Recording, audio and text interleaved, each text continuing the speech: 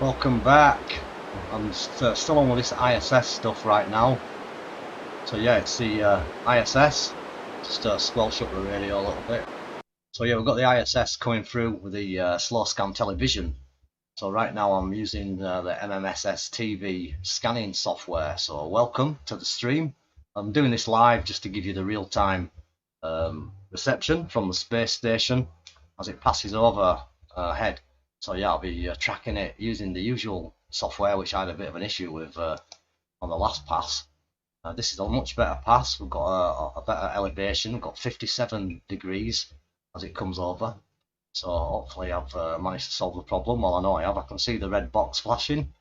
So we've got the equipment in use, the usual FT847 and the azimuth elevation antenna rotator, which is flashing red with the controller unit and the jack plug pulled out of the back. That's all it was. So plug that back in and everything should be cooking with gas, as the saying goes. So right now we're just keeping an eye out on this tracking software, SAP PC32, which I've rebooted and got working again. We've updated the kets, so we're bang on position for receiving the space station. Good evening to you, Mirko. Congrats for being first on the live stream, and good evening to Emil. So nice to see my friends over in Europe on the stream, and hopefully guys this time we'll get a bit more of a successful reception of the International Space Station here at the station of M0YKS ground station in Yorkshire, Northern England. But it's getting exciting. Tickly here and a frog in the throat. I'll just clear the frog. So I've got the squelch on the radio. Just check out the volume. Get that set to a more audible level. Hopefully we can hear that okay. And we'll just have a quick look and see whereabouts we are. So just about coming into range now. Any time now we will be getting some slow scan television pictures coming through on the software. So we've got it on auto decode, and it's just a case of sitting back now and enjoying the reception. Like I said earlier, we've got the automated tracking fully working, or seen it flashing anyway, so it's now pointing hopefully in the right direction. So looking at the actual unit, it's just kicking in there and it's moving the antenna now to line up with the position of the space station to start receiving the signal. And good evening to you, Alan, again. Nice to see you back on the live stream. Thanks for jumping on. And obviously you've got the notifications in line, so well done. And anybody who's watching this on the after view recording, get subscribed and you'll get the notification. Click on the bell. It'll tell you when I'm jumping on and doing this kind of thing, because I just sporadically jump on as and when I can. There's no schedule to how I operate on YouTube. I just get the sporadic feeling to switch the stream on, and there we go. So right now it's SSTV reception, hopefully, as we wait for the signal to come up on 145.800. I'm just slightly higher up, a couple of hertz up, just to allow for the Doppler shift when we start to receive, which should be any time now, providing we're going to get a signal, that is. Obviously can't guarantee we will. It all depends on whether the equipment's still switched on. It could be taking a break, but fingers crossed we'll be up for a reception any second now.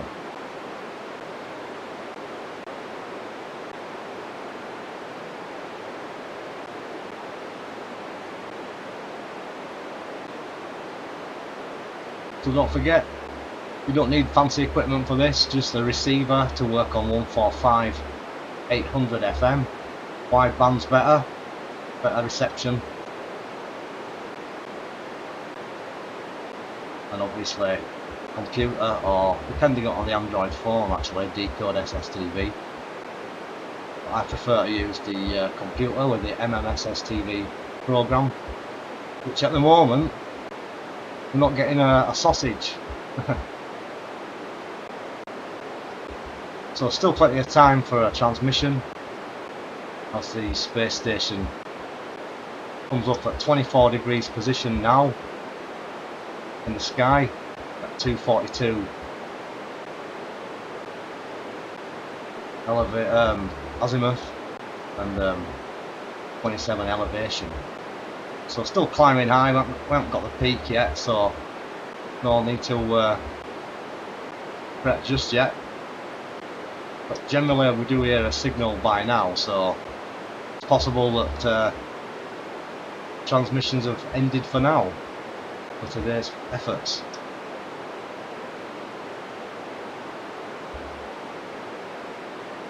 We'll keep an eye on the pass and see what goes on. Sound of FM at the moment.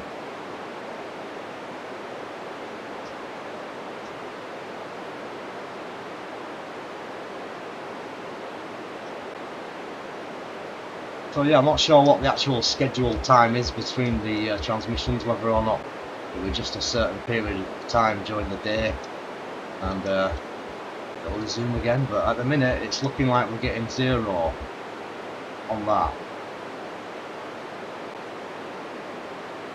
I could just quickly switch to the satellite repeater frequency,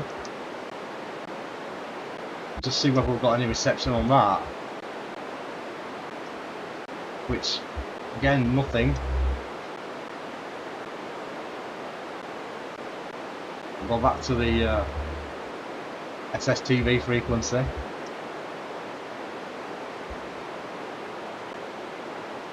It looks like this pass has failed to produce any transmissions.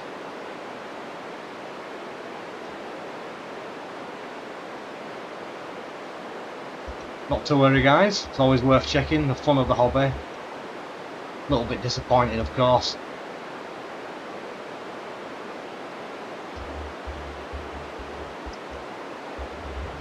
Yeah, we did definitely received a transmission by now.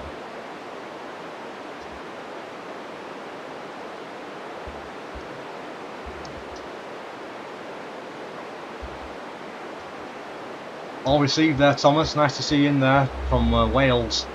Glad everything's going okay for you, my friend. We're good up here, yeah, and the hounds are good. All received on the SDR. Sounds interesting. So yeah, I can have a quick look at my aircraft tracking, hopefully. It should come up. It'll take a second to populate this page. Come on. It's running a little bit slow. There it is. So not much going down on the aircraft stuff, since obviously lockdown has toughened. Not the 4th time. So we've got a couple of flights on the page at the minute. That's about it on mine. So it's been pretty quiet on the old flight aware, but obviously not quite as quiet as what it is on the ISS at the minute. So it looks like we're not getting the SSTV pictures as hoped.